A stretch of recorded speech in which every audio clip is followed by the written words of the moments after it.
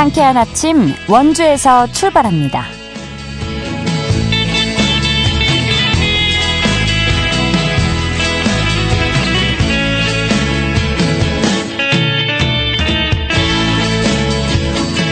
여러분 안녕하십니까? 11월 18일 월요일 KBS 원주방송국에서 보내드리는 상쾌한 아침 원주에서 출발합니다. 저는 진행의 이은주입니다. 오늘 옷차림 따뜻하게 하고 나오셔야겠습니다. 포근했던 지난주와 달리 기온이 뚝 떨어졌는데요. 오늘 아침 대부분 영하권으로 출발했습니다. 아침 최저기온 영하 4도에서 영하 2도로 입김이 나오고 곳곳에 서리가 내리기도 했는데요. 한낮에도 8도 안팎에 머물면서 춥겠습니다.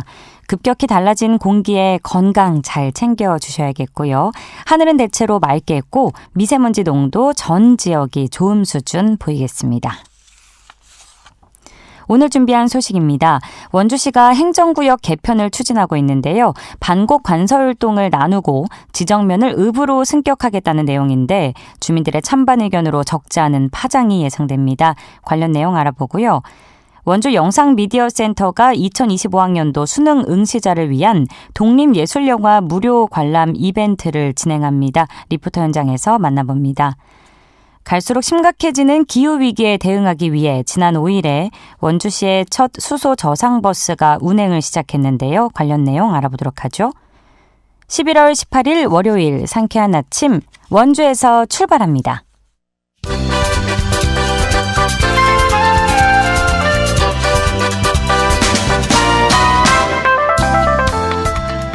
오늘의 뉴스입니다.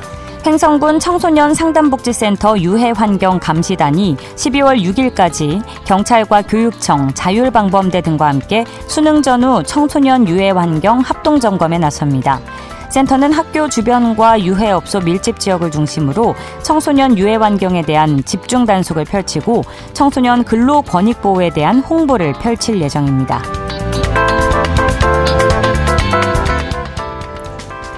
반곡초와 반곡중학교 통학로가 정부 지원 지중화 사업으로 개선됩니다. 더불어민주당 송기현 국회의원은 산업통상자원부가 주관한 2025년 정부 지원 지중화 사업에 반곡초 중학교 통학로 일대 전솔로 지중화 사업이 선정됐다고 전했습니다. 정부 지원 지중화 사업 선정으로 총 사업비 26억 3천만 원을 투입해 반곡초 중학교 일대 미관이 개선되고 통학로 안전에 도움이 될 전망입니다. 강원 지역 교수와 연구자들이 윤석열 대통령의 즉각 퇴진을 요구하는 시국선언을 했습니다. 이들은 임기가 절반도 지나지 않은 시점에서 대통령 지지율이 10%대를 기록한 것은 국민 신뢰를 상실한 것이라고 주장했습니다. 이번 시국선언에는 강원도 내 교수와 연구자 191명이 이름을 올렸습니다. 오늘의 뉴스였습니다.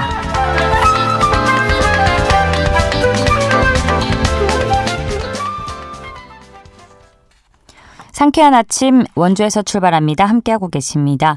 원주시가 반곡 관설동을 나누고 기업도시가 있는 지정면을 읍으로 승격하는 등의 행정구역 개편을 추진하고 있는데요. 관련 내용 원주시청 자치행정과 신동익 과장과 이야기 나눠봅니다. 과장님 안녕하십니까? 네, 안녕하세요. 네, 원주시가 반곡 관설동 분동을 추진하게 된 배경부터 알려주실까요? 네, 원주시가 많은 분들이 알고 계시겠지만 지금 인구 37만을 향해서 바쁘게 나아가고 있는데요. 네. 강원도 내에서 유일하게 인구가 증가하고 있는 시 중에 또 하나입니다. 그쵸. 그리고 특히 그 원주시의 경우에는 그 동부권인 반곡관설동이 인구 자체가 약 10년 대비해서 약 한 10만 명 정도가 급속도로 늘고 있고 5만을 향해 반곡관설동이 나아가고 있거든요. 예. 그래서 향후에는 그 여러 가지 아파트 세대가 또 입주가 예정이 되어 있기 때문에 5만이 수년간 내에 5만이 훌쩍 넘을 것 같고, 그리고 이제 여러 가지 그 행정 수요가 많이 증가되고 하면서 전반적인 행정구역 개편에 대한 검토가 필요한 시기라고 보여졌습니다. 네. 예, 강원도의 다른 지역과 좀 비교를 해봤을 때 어쨌든 인구가 증가되고 있다는 거는 좋은 일이라는 생각이 들고요. 네네. 인구 증가에 따라서 그만큼 행정 수요도 급증할 수밖에 없을 것 같은데 하루 평균 행정 처리 민원 수요 현황은 어느 정도이고 이로 인해 초래되고 있는 어려움은 무엇인지도 알려주시죠. 예를 들면 방곡건설동 같은 경우에는 우리가 이제 그 동주민센터를 방문했을 때 창구 직결 민원이라는 것이 있는데 예. 하루 한 달 평균 6천 건 정도가 처리되고 있어요. 이것을 20일 정도 근무 시간으로 나누면 하루 한 300건 정도인데 그만큼 이제 행정에 대한 행정복지센터를 찾는 그 민원인 분들의 숫자도 많고 그리고 방곡건설동 자체가 도시와 농촌을 함께 보유하고 있는 특성을 갖고 있기 때문에 예. 그만큼 행정 수요가 매우 많다고 볼 수 있습니다. 네. 예. 도시와 농촌의 고충과 상황이 분명히 차이가 있기 때문에 이걸 다 이제 좀 관할해서 하기에 분명히 어려움이 있을 것 같은데요. 양도 양이지만요. 네네. 그런데 사실 행정구역 개편이라는 게 이게 단기간에 가능한 일은 아니지 않습니까? 반곡건설동 주민들의 의견도 들어보셨을까요? 예, 맞습니다. 당연히 방곡건설동과 지정면 이렇게 해당 지역에 대해서 저희가 설문이라든가 이런 걸 자세히 좀 해봤고요. 방곡건설동 같은 경우에는 특히 분동을 하게 되면은 동청사 문제가 연결돼서 고민이 되어야 됩니다. 그러다 보면 지금 관설동에 판부면 복지센터가 들어가 있는 좀 기형적 구조로 되어 있어요. 예. 그렇기 때문에 관설동으로 분동이 됐을 경우에는 현재 쓰고 있는 판부면 행정복지센터가 유력한 동주민센터가 되는데 그러다 보면 판부면으로 현재 있는 판부면 행정복지센터가 다른 지역으로 이동이 되고 그 자리에 관설동이 이동하는 뭔가 이런 복잡한 구조를 거치기 때문에 말씀 주신 것처럼 단기간에 가능한 일은 결코 아니라고 보여집니다. 네. 네. 관설동 일인데 이제 이게 판부면 쪽에서 관리를 했다고도 볼 수 있는 건가요? 그러면? 네. 지역만 이제 네네. 판부면 복지센터가 이제 관설동에 들어와 있는 지금 형태가 되죠. 네. 어쨌든 이와 관련해서 지난 11일과 12일에 이제 주민 설명회를 각각 열어서 설문 결과를 공유하고 의견 수렴을 하셨다고 들었는데 어떤 의견들이 좀 오고 갔을까요?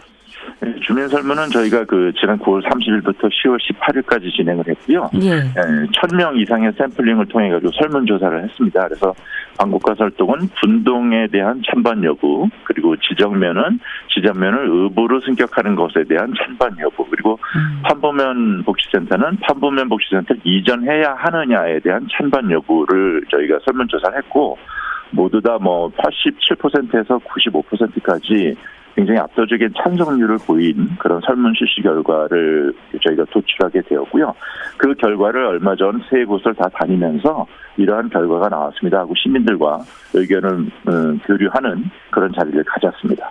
예, 제가 지정면 이야기를 뒷부분에서 하려고 했는데 방금 말씀을 또 해주셨는데 이제 지정면의 경우에는 기업 도시 조성으로 인구가 급증해서 읍승격과 함께 이제 접근성이 낮은 간현리에 위치한 행정복지센터에 기업 도시 이전을 요청하고 있는 상황인 거죠? 맞습니다. 네, 맞습니다.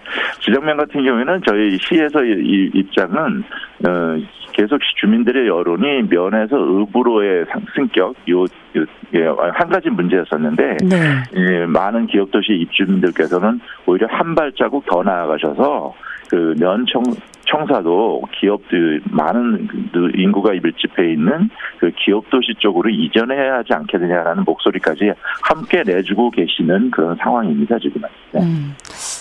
또 앞서 주민 설문조사에 따라 본다면 이제 실제 추진될 가능성은 높아 보이지만 행정구역 개편으로 청사를 새로 짓거나 옮기고 또 이름을 바꾸고 하는 과정에서 아무래도 막대한 예산이 소요될 것 같고요. 해결해야 할 과제들이 적지 않아 보이는데 그럼 어느 때보다 좀 신중해야 한다는 목소리도 있습니다. 이에 대해서 원주시의 입장은 어떨까요? 네, 맞습니다. 사실 말씀 주신 것처럼 여러 가지 행정 공부라든가 여러 가지 민원 처리의 대상이 되는 여러 가지 행정적 데이터들을 또 일시적으로 옮겨야 되는 과정도 필요하고 그로 인해서 생기는 행정 비용을 저희가 이제 현재 도출 중에 있습니다만은 예산이 상당히 많이 들 거라고 판단이 되고요. 그리고 이제 당장 눈에 보이는 청사 이전의 문제, 청사를 이전하는 문제는 나랏돈이라든가 도비가 지원되지 않는 순수한 저희 원주 시비로만 진행을 해야 하기 때문에 그 예산 자체가 굉장히 만만치 않은 건 사실입니다. 하지만 그렇다고 해서 지금 급증하고 있는 행정 수요를 그대로 두고 그대로 행정을 처리하기에는 지금까지도 계속 신중할 수는 없다라는 판단이 저희 시의 입장인 거고요. 연말까지 나름대로 저희가 그 시에서 정확한 이 향후 마스터 플랜을 도출해서 앞으로 이게 단기간에 1, 2년에 될 일은 결코 아니기 때문에 한 3년에서 한 6년 정도로 쭉 이제 중장기적으로 봐가면서 시민들과 교류해가면서 이 행정부 개편을 추진할 계획입니다. 예, 청사 이전 비용을 시의 비용으로만 충당해야 하는 상황인 거죠. 네, 맞습니다. 네, 그렇기 때문에 아무래도 이런 신청사나 이전 청사 위치를 두고 벌써부터 일부 주민들이 반발하는 움직임도 보이고 주민 갈등으로 확산될 가능성도 비춰지고 있는데 앞으로 해결해야 할 과제는 무엇일까요? 우선적으로는 저희 시하고 해당 지역에 대한 그 주민들 간의 소통 창구를 계속 열어둘 계획입니다. 네. 그래서 여러 가지 예상되는 문제점이라든가 개선해야 할 점 이런 얘기를 저희 시에서는 적극적으로 귀를 기울일 것이고요. 마을 주민들이나 해당 주민들 그리고 관계되시는 분들께서도 너무 예를 들면 지역적인 면을 보시지 좀 않으셨으면 좋겠고 좀 더 중장기적으로 원주시와 함께 그 마을 발전 그리고 지역 발전을 위해서 함께 머리를 맞대가 주셨으면 좋겠다라는 것이 저희 시의 바람이기도 합니다. 예, 혈세 낭비라는 지적을 받는 일이 없도록 아무래도 지금 이 상황에서 문제가 있는 건 분명한 거니까요. 네, 앞으로 꾸준히 주민들과 소통해 나가주시고 해결해 나가주시면 좋겠습니다. 네, 오늘 말씀 감사합니다. 네, 고맙습니다. 지금까지 원주시청 자치행정과 신동익 과장과 이야기 나눴습니다.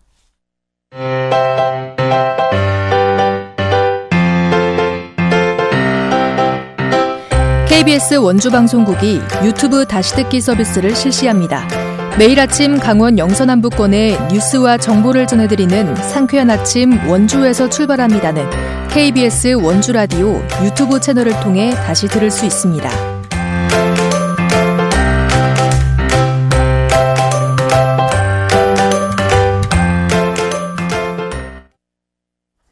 지금 시각 8시 45분 앞두고 있습니다.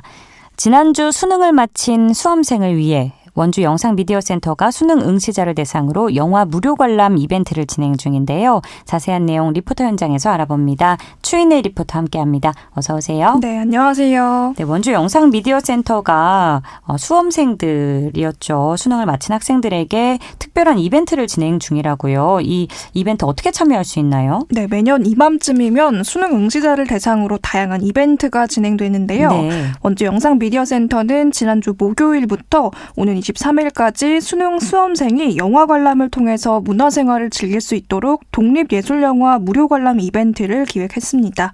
이번 2025학년도 수능 응시자라면 누구나 혜택을 받을 수 있는데요. 수험표를 지참하고 센터를 방문하면 됩니다. 원주 영상미디어센터 홈페이지에서 영화의 상영 시간을 확인하고 원하는 영화의 상영일에 원주시 보건소 건물 3층에 위치한 센터를 찾으면 되는데요. 입구에서 수험표를 직원에게 보여주면 무료로 영화를 관람할 수 있습니다.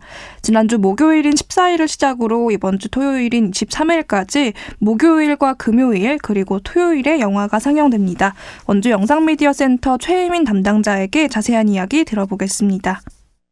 이번 수능을 마친 수험생들을 응원하기 위해 수험생들을 대상으로 한 무료 영화 관람 이벤트를 기획하게 되었고요. 이 행사를 통해 원주에 거주하는 많은 학생들이 독립영화에 대한 관심을 갖고 영화 관람뿐만 아니라 센터에서 진행하는 다양한 미디어 활동에도 참여할 수 있는 기회가 되기를 기대합니다. 올해 마지막 상영인 만큼 많은 관심을 가져주시고 가족 또는 친구들과 함께 오셔서 뜻깊은 시간을 보내시기 바랍니다. 독립영화는 평소 쉽게 접하기 어려운 다양한 이야기와 시각을 만날 수 있는 소중한 기회이므로 여러분의 많은 참여와 관람을 기대하며 내년에도 더욱 풍성한 프로그램으로 찾아뵙겠습니다. 영화를 좋아하시는 분들, 미디어에 관심 있으신 분들, 그리고 새로운 경험을 찾고 있는 분들 모두 센터에 방문하셔서 다양한 미디어 프로그램을 즐기고 참여해보세요. 그런데 수험생뿐 아니라 일반 시민들도 영화를 관람할 수 있다고요. 이번에 준비된 영화는 어떤 영화들이 있나요? 네, 센터에서는 일반 상업 영화관에서는 볼 수 없는 독립 영화를 매달 선정해 상영하고 있는데요. 네. 티켓 가격이 저렴하고 또 시적절하고 예술성이 있는 작품들로 선정이 돼서 시민들 중에는 매달 이곳을 찾는 마니아층도 있다고 합니다. 이번에 11월에 상영되는 영화는 총 3편인데요. 첫 번째 영화는 마리아폴에서의 20일이란 작품으로 우크라이나 항구 도시 마리아폴에서 러시아군의 폭격이 이어지는 전쟁의 참상을 취재한 AP 취재팀의 기록을 담은 영화입니다.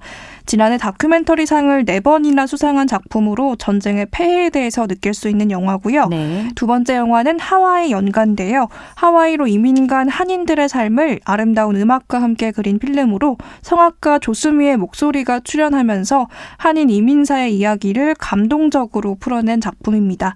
끝으로 세 번째 영화는 프리다, 삶이여 영원하라라는 작품으로 서양 화가 프리다 칼로의 삶과 작품 세계를 담은 영화입니다. 프리다의 삶과 예술 세계를 깊이 있게 담은 작품인데요. 지난주 목요일부터 이 3편의 영화 상영이 시작됐는데 지난주 목요일에는 매달 독립영화를 보기 위해서 이곳을 찾는 시민을 만나볼 수 있었습니다. 시민 이야기 들어보겠습니다. 오늘 프리다 보려고 왔습니다. 5,000원이라는 티켓 가격이 이제 정말 저렴하게 볼 수 있으니까 그것도 좋은 점인 것 같습니다. 우선 멀티플렉스에서 하던 독립영화를 여기서 상영관에서 매달 기획을 해서 해주시니까 영화를 보는 사람들한테 너무 감사하죠. 올해로 치면 거의 매달 왔으니까 상영장마다 저는 다 보는 편이거든요. 다양한 영화를 저는 영화의 다양성이 되게 중요하다고 생각하는데 멀티플렉스 상영관은 그게 한정돼 있고 조금 더 독립영화의 어떤 색다른 면들, 멀티플렉스에서 느낄 수 없는 면들을 좀 체험하고 싶으시다면 정말 원주에 이렇게 영상 미디어 센터가 있으니까 꼭 방문을 하시면 좋을 것 같습니다. 무료 상영 대상인 수험생뿐 아니라 독립영화에 관심 있는 시민분들도 함께 해보시면 좋을 것 같은데 매달 영화가 상영이 된다고요? 네, 올해도 매달 영화가 상영이 됐는데요. 네. 하지만 올해의 영화는 지금 진행 중인 11월이 마지막으로 상영이 됩니다. 오는 토요일까지 이어지는 상영을 끝으로 잠시 휴식기를 갖고 내년 2월부터 다시 독립영화 상영이 시작됐는데요. 영화 상영 시간은 목요일과 금요일에는 오후 7시와 저녁 7시 30분, 또 토요일에는 오후 1시와 4시입니다. 이번 기회를 통해서 평소에 쉽게 접하기 어려운 새로운 시각과 또 새로운 이야기가 담긴 독립영화 관람해 보시면 좋을 것 같은데요.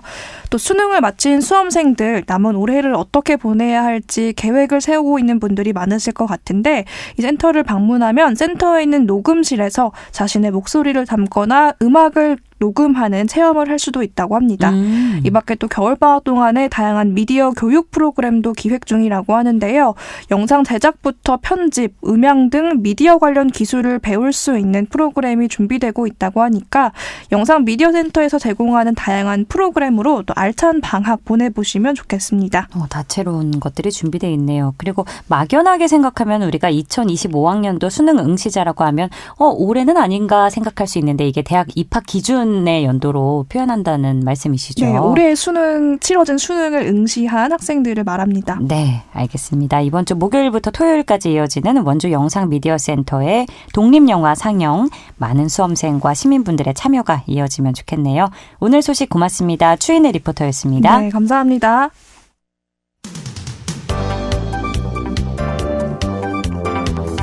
생생한 현장, 유익한 생활 정보를 전해드리겠습니다. KBS 원주라디오 상쾌한 아침 원주에서 출발합니다를 함께하고 있습니다. 8시 51분 흘러가고 있습니다. 지난 5일 원주시의 첫 수소 저상버스가 운행을 시작했죠. 정부 주도로 친환경적인 수소 버스로의 전환을 유도하고 있는 가운데 원주시의 수소 저상버스 도입 배경과 앞으로 활용 방안에 대해서 원주시청 대중교통과 민병인 과장과 이야기 나눠보겠습니다. 과장님 나와 계십니까? 네, 안녕하세요. 네, 반갑습니다. 먼저 친환경 대중교통 시대에 첫 발을 내딛는 계기가 된 이 수소 저상버스를 원주시가 도입한 배경부터 설명해 주실까요? 네, 도입 배경은 2022년도 하반기에 원주시가 수소충전소 공모사업에 선정이 됐고요. 네. 장양리 차고지에 수소충전소를 설치하게 되면서 또 이 수소 충전소가 완공 시점이 돼갖고 원주시가 수소 저장 버스를 도입하게 되었습니다. 네. 네네. 네, 잘 아시겠지만 수소버스는 대기 오염물질을 배출하지 않는 무공해차라고 합니다. 그렇죠.